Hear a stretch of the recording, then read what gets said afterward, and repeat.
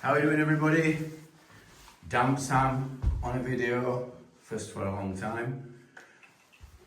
So with this being an empty property, it's given me time to be able to do a video on this survey. So I'll just give you a bit of background. It's up at auction, and the guy who's buying it, he's wanting, he wanted a survey, and he went to another company who advertised their services as a PCA qualified surveyor. So they're advertising as a PCA qualified surveyor, based in and around this area, which is Ponty.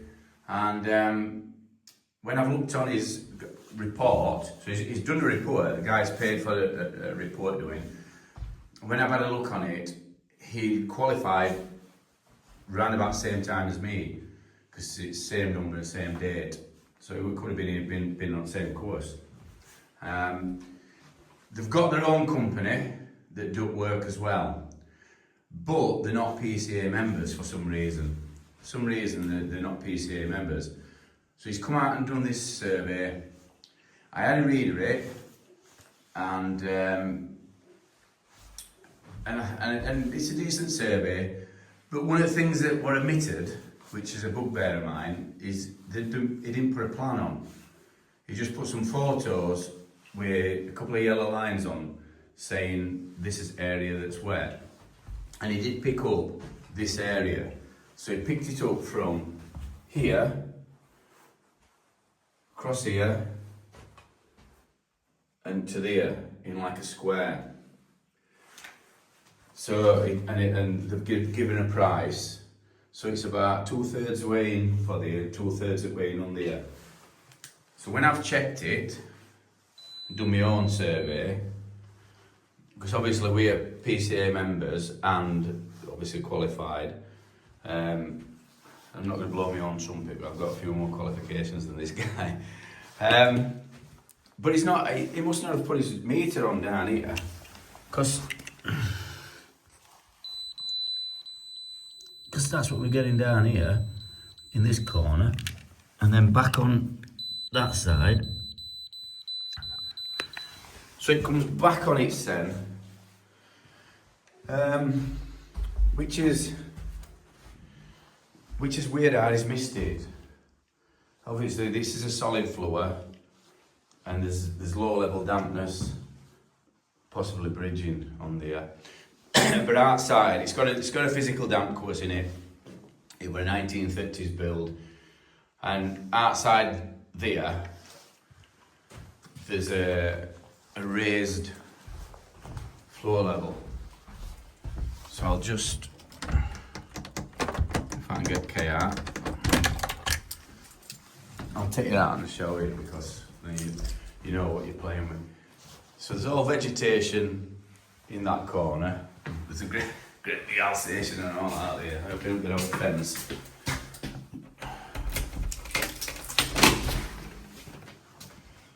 So you've got a concrete pad, and I think Guy's going to be renovating it anyway. So you can see this extension's got a plastic DPC in, which is fine, apart from this bit where it's leaking. It's a cavity wall up to so far. This has had cavity wall insulation. But as you get to here, where these air bricks are there, it just drops down. So that's low in relation to ground levels. So it should be 150, and it's just below. And then there's a little ramp there, and then you've got drain, and then you've got oak vegetation. So that's why you're getting issues in there. Bridging, because of cavity wall insulation, allowing moisture to go across cavity. So that's just part of the issue there. And then you've got low level dampness affecting them walls where it's I'm tipping plasters all the way down to the floor. So that's one thing that we missed. I mean, I check everything. I check absolutely everything, all walls, anyway where I think there's an issue. And then also down here. So I just saw that wallpaper were out. And then, so we got that down in this corner, which is not on his report at all. So he's missed that bit, and he's missed all the rest of the walls around here. When the customer, I mean, the shower's leaking, he got that, which is good. So he didn't miss much, but what I said to the customer, he asked me if I could sign this guy's report off and then send it in. And what I said was, no, because not all surveyors are equal. Some surveyors are better than others. And I said, he might have missed something. And my intuition were right, because he has missed a bit. Whether it'll make a difference when guy comes to renovate property, because it's obviously going to get probably a full renovation. I don't know, but at least he's going to know which areas are damp.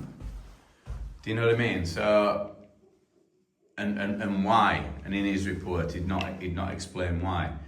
But again, my bugbear was that this surveyor has not put a plan in, and I don't know whether I don't know whether he's advertised himself as an independent, because you tend to get a lot of independent surveyors that won't put a plan in because they're doing a lot of surveys, and I think a plan takes them too long.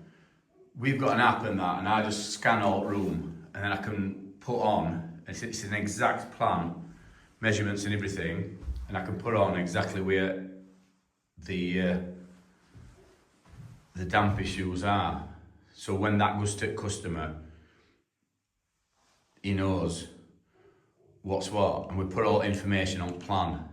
So even if he gets blinded with science reading report, he can look at plan and see something with common sense. Now independents don't do that, which is, it's scandalous for me, because first thing you learn when you're doing your surveying is that a plan is better to read than the actual report.